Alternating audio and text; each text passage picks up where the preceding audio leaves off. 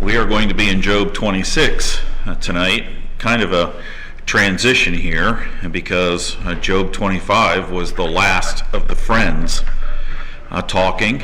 And if you pick up commentaries or dig into this much, a lot of folks think that this is kind of broken up. But I actually think that Job 26 explains a great deal about why Bildad's speech, I guess if you want to call it, was so short this last time, and maybe why we don't hear from him again.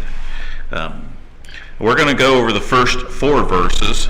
This chapter is clearly divided into 2 sections. The first 4 verses is kind of a summary failure of his friends, and then in verses 5 through 14, it's like he is defending God to them. So he is addressing particularly Bildad here, especially in the first 4 verses. But he is going to defend God and explain much better than they ever have about his sovereignty. But let's read the first 4 verses and then we'll bow for a word of prayer. But Job answered and said, "How hast thou helped him that is without power? How savest thou the arm that hath no strength? How hast thou counseled him that hath no wisdom? And how hast thou plentifully declared the thing as it is? To whom hast thou uttered words, and whose spirit came from thee?" Let's bow for a word of prayer. Father, tonight as we see Job kind of putting an end to the madness of false doctrine and humanistic thinking of his friends, we push on towards sounder doctrine and a man that is struggling and has no one to help him. And I trust that when people we care about and know are struggling, that we have words of comfort and encouragement from your word, and that with love in our hearts we address the needs of those individuals that are depending upon us. In Jesus' name we pray. Amen. He starts off this section here and he has 4 rhetorical questions. And I believe the 4 rhetorical questions here and the way in which they are asked might indicate that he has interrupted Bildad in chapter 25. And a lot of folks look at this chapter and say, well, Job doesn't talk like this, so this isn't Job talking. And it very clearly says in verse 1 that Job answered and said. And Job has been very patient. He has been very loving. He has been very kind, even though sometimes he has had some strong things to say when he has rebutted his friends and what they've said. He hasn't really been harsh. And I would say this is bordering on harsh. This is a harsh response directly to Bildad. Bildad just got done talking, and in the first 4 verses here, everything is in singular tense.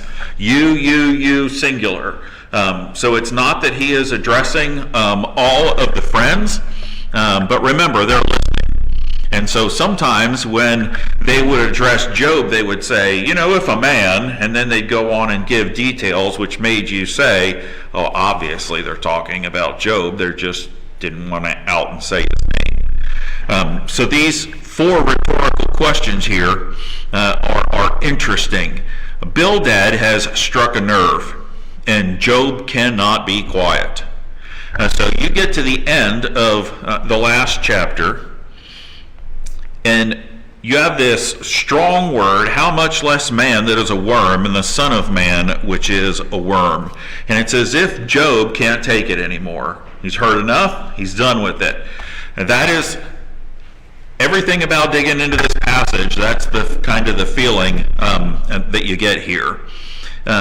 He has stated that a man cannot be justified with God. That runs all over Job because Job knows better. And he is saying that people are maggots, worms. And while in our sin, yes, but it's misleading of the human worth in God's eyes. And these last 2 things that Bildad has kind of thrown up here, is enough, and Job is done. So this is the strongest response of Job that we're going to see in the book. And I believe this strong rebuke aimed at him is probably what puts him to silence and why his speech was so short last time. And I think the other friends are just kind of looking at the way Job responds so quickly and so harshly in this situation and decide they're going to keep their mouths shut because they don't really want to be next. Verse 2 has two of the rhetorical questions, and then verse 3 has two of the rhetorical questions. And I got to tell you, this first one just smites you to the heart. Some of the commentaries think that he is being super sarcastic in this statement. But really, when you look at, and if you have a Bible that has italics in there, there's a lot of italics in verses 2 and 3. Because some of these phrases are only two Hebrew words, and all the rest of it is supplied in italics to help you understand. He's asking the question to start off with, how have you helped me? Now, can you imagine? I mean, I had to just stop for a minute, and I was sitting in my chair this morning looking at all the fog out there and thinking, that fog is about as thick as what's going on in his three friends' heads. Because here is a man you can't help but roll up. And remember, when they first got there, they sat with him for 7 days in silence, just sympathizing with him. Good job, fellas. But once they open their mouth, it all goes south in a hurry, and it's awful. And here's Job, after listening to 8 speeches, going on and on and on, and basically he looks at Bildad and he says, how have you helped me? Boy, I hope if somebody ever comes to us and they're having a tough time or they're really struggling, that we've got more to offer them from God's word than these guys had to offer Job. Because how heartbreaking is it for somebody to leave a church or to leave a Christian friend or to leave a family member with the idea, well, how have you helped me? You see what a condition I am in, and it's powerless. How hast thou helped him that is without power? What's interesting is this powerless is an interesting word because sometimes it is used to describe being physically drained, and sometimes it's talking about having your resources drained. So the word can mean firm or vigor or strength or force, as if somebody, who's using manual strength to do something. And obviously, Job is a shadow of himself. He probably doesn't look anything like himself. You can tell he's racked with disease and all kinds of problems. But the second way that it's used is substance and wealth. And obviously, a man who, with the means that Job had, and now he's sitting out here on the garbage dump, he obviously is drained of both of them. And so he's looking at his friend and he says, how have you helped me when I am powerless? Physically, because I'm exhausted, I can't sleep, I have these nightmares, everything hurts, and I don't have any money, I don't have any cattle, I don't have... Job often spoke of his lack of strength. And so I kind of went back and checked these today.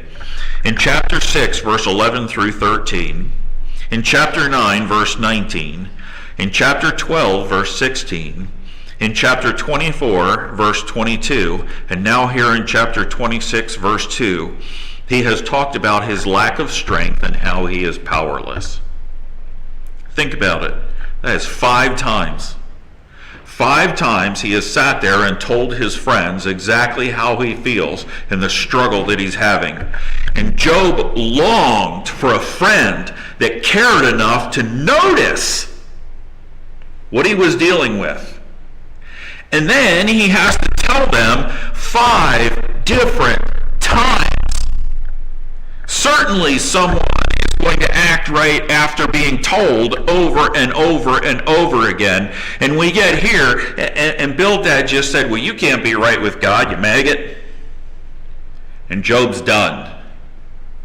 I have told you 5 times, you should have, when you rode up on your camels or your horses or whatever it was that you came from, you should have immediately known how bad the situation was. I'm at the end of my rope, and I feel like you boys are down there trying to burn the knot I'm tying. It's an awful, awful situation when you think about the friends. It's shameful. It's shameful that he needed comfort, and he gets called a maggot. He gets blamed for the death of his kids. He gets told that he's a sinful person and all this is his fault. And the poor guy is just needing a little comfort. The rhetorical understanding here would have been, why did you do nothing to help me? In case they missed it, the second half of verse 2, how savest thou the arm that hath no strength? Why did you let me go it alone?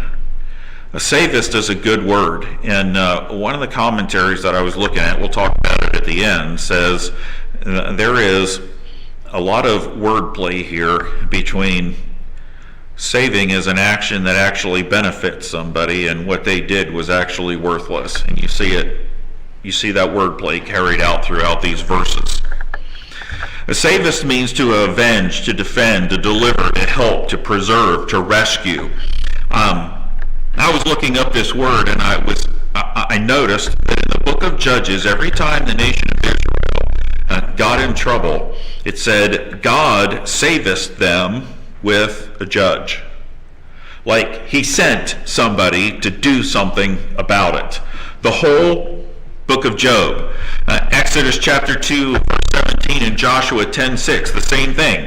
If somebody shows up and helps, they don't just sit there and talk about things. They don't talk at you. They don't talk about you. They come to rescue you, to preserve you, to help you, to deliver you. And so the biting indictment here is, you just sat here and watched me struggle alone.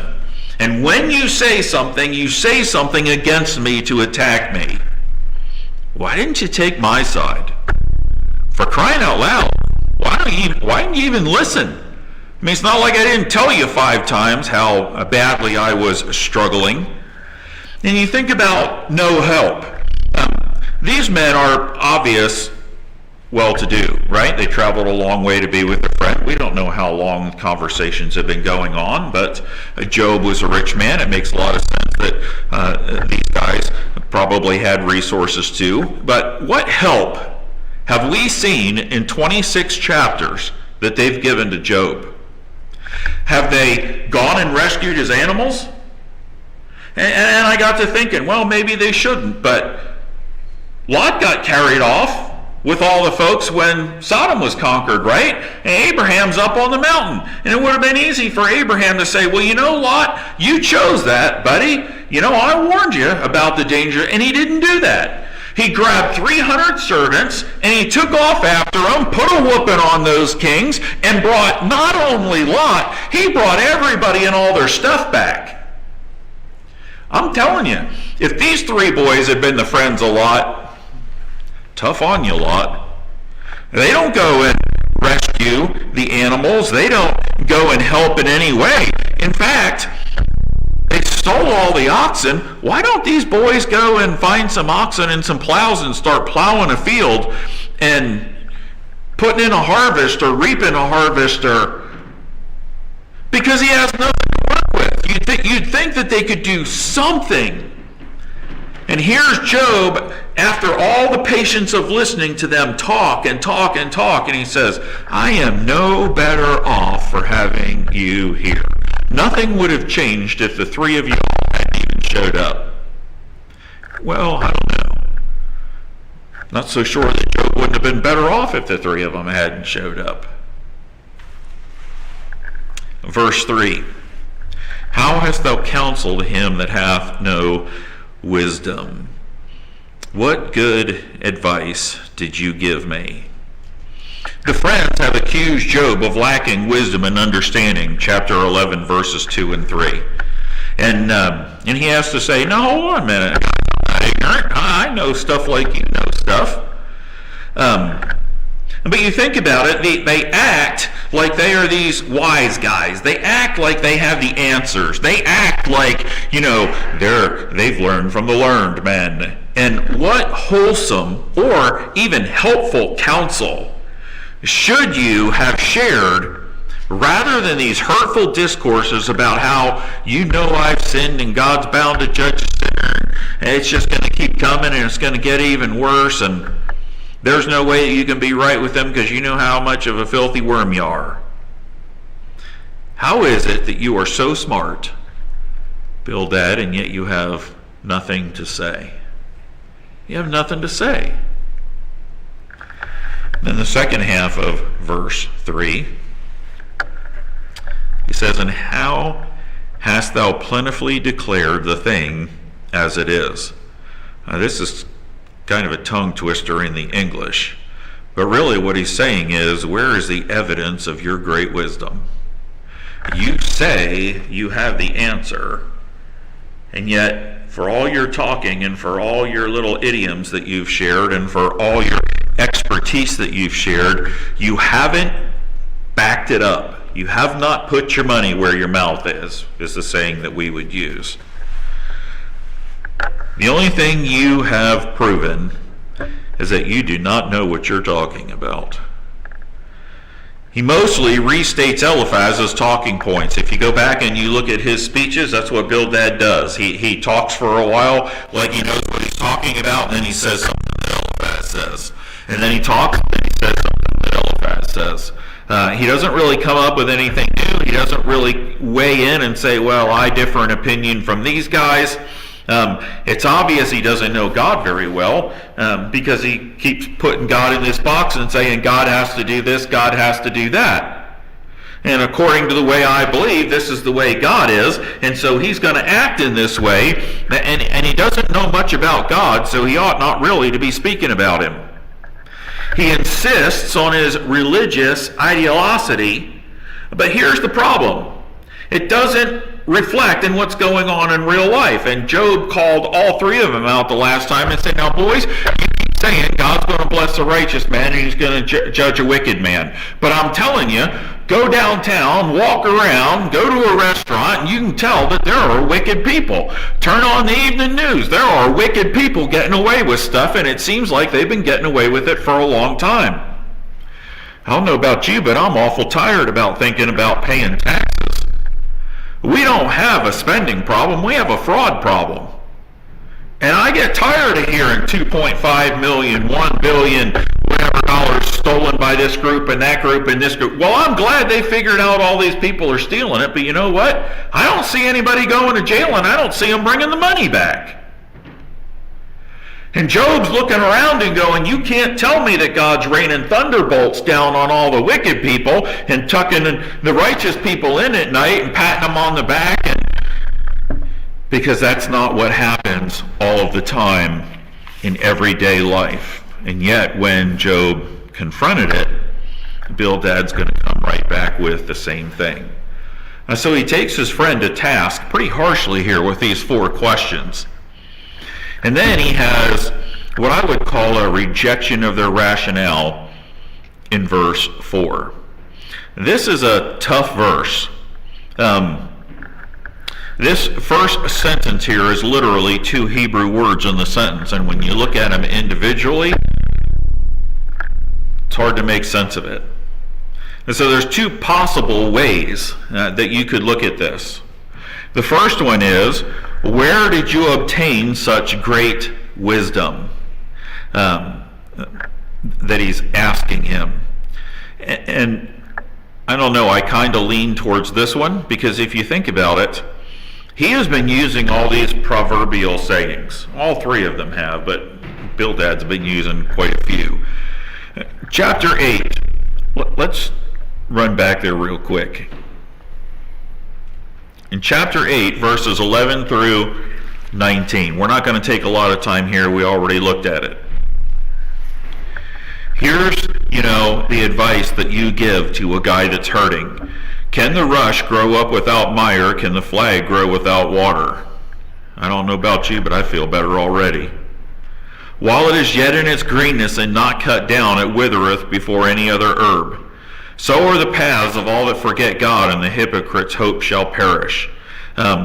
It's just like, it's proverb after proverbial saying, or axiom after axiom. And he does the same thing in chapter 15, verses 20 through 25. He pulls out all these old sayings. Something really bad happens. Well, time saves 9. Hope you feel better.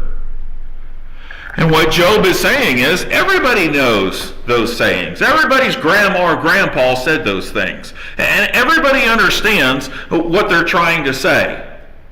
Bird in the hand is worth 2 in the bush. What? I mean, sometimes you sit down and you think about it and you say, is the saying even applicable to what Job is dealing with? He's just pulling out these things to sound smart, and Job has had enough of it. He has referred multiple times to the ancient men. Well, the ancient men used to say, and there's nothing wrong with quoting older men, especially learned men, who have said things that have proven to be true over and over and over again down through time. But then, probably the worst one that rankles with Job is his understanding of God is limited and very immature. No, God's going to do this and he's going to do this, and that's your problem, and if you'll confess. And Job keeps saying, I can't think of any unconfessed sin in my life. I wish God would come down here and talk with me, because then at least I would know what I did. And their only answer to that is, you arrogant, how in the world could you dare to have God come down here and meet you in a courtroom? Don't you know that you're filthy and undeserving in his sight? Well, yeah, sinners are filthy and undeserving in his sight, but he also tells his children, and here's the problem, in my opinion, the 3 friends don't know what it's like to be a child, so they live in fear of God all the time, and Job is looking at God with a reverence and a respect, but also calling him Abba Father. And he wants to hear from God. The second possible meaning, first one is, where did you obtain such great wisdom? The other one is, for whose instruction were your words meant? Are you talking to me? Because I know about God, and I know God, and I know him much better than you. Look at chapter 12 and verse 3. It's been a while, but his response at the last speech was, in chapter 12, verse 3, but I have understanding as well as you. I am not inferior to you. Yea, who knoweth not such things as these? He's tired of being looked down on. He's tired of being put down, when he obviously has a much better understanding of who God is, and obviously has a much better relationship with him. Chapter 26, verses 5 through 14, incredibly doctrinally rich passage while Job is talking about his God and his sovereignty. And next week when we start in on verse 5 down through 14, you'll see, you compare what Job has to say about God with what Bildad said about him in chapter 25, and they are worlds apart. And I believe that's why I think Job interrupts him and comes out so harshly, because not only is he not benefiting Job at all, he is misrepresenting God. And Job has been really patient about it, but I think he's pulling a Peter right here. I think he's standing up and saying, you know what, boys, this is false doctrine. This is false teaching about my God, and I'm not just going to sit here and listen to it for the sake of friendship or being nice. You go back to verse 4 and look at the second half. And whose spirit came from thee? In other words, who inspired such wisdom? Now, this again is an interesting way to ask it. Reminds me of Paul. He's out there on Mars Hill, and he is challenging these guys about their false religions. And they've got all these things, and he says, hey, I see you have an idol built over here to the unknown God. Let me tell you about the unknown God. And they're all excited, because in the context, those guys love the new thing. They're all about the new teaching, and they want to be the expert on the new thing and the up-and-coming fad, and so they're all excited. Ooh, this guy's bringing us a new God. We're going to have to build another statue and leave that one in case we missed one. And Paul goes through and explains to them the gospel, and these guys sit back and they stroke their beards and they bob their fingers a little bit, and then they look at him and say, man, preaching's like a bird. Get a little bit over here, get a little bit over here, get a little bit over here. You ain't got any depth to it. And you sit here and you think, wow, these guys think that they're so great at experts that they just challenged Paul as if he doesn't know what he's talking about. I feel like that's exactly what Job's doing to Bildad here. Bildad's been going on and on and on and on. And Job's looking at him and going, who inspired such words? Where did you get your wisdom from? Think of the sarcasm, because it's dripping from these 4 verses. Someone wonderful must have helped you figure this out, Bildad. You imagine? You've been standing there and you're saying, you're a worm, and the other friends are sitting there probably thinking, that's it, Bildad, go get him, boys. Job says, you hold on just a minute. What wonderful teacher helped you figure this out? Maybe some great, and here's the word from the end of verse 4, spirit moved you. You remember one of the friends had a dream, and it was supposed to change the whole course of the conversation, because you can't argue with the dream now. I had a dream, and in that dream, and it's more like a nightmare, the awful stuff he has, and Job was supposed to just sit there and be quiet and take it, because, wow, we brought out the big guns. I'm telling you about such and such, and you're making fun of me. I had a dream. Boom, smash you. Job's response now to Bildad, and the others are listening, and I believe it was Eliphaz had a dream. What great spirit moved in you to wax so eloquent and teach such great wisdom, which we know from the preceding verses he's been making fun of? Was it divine inspiration? You make it sound like you know God so well, and you know that he's judging me because I've sinned, and there can't be any other answer to this. And you insist that he has to act this way. Is it because in divine inspiration he told you that that's what's going on? You see, what he's doing here is he is drawing a conclusion that their religious system is absolutely bankrupt. And he's right. He's right.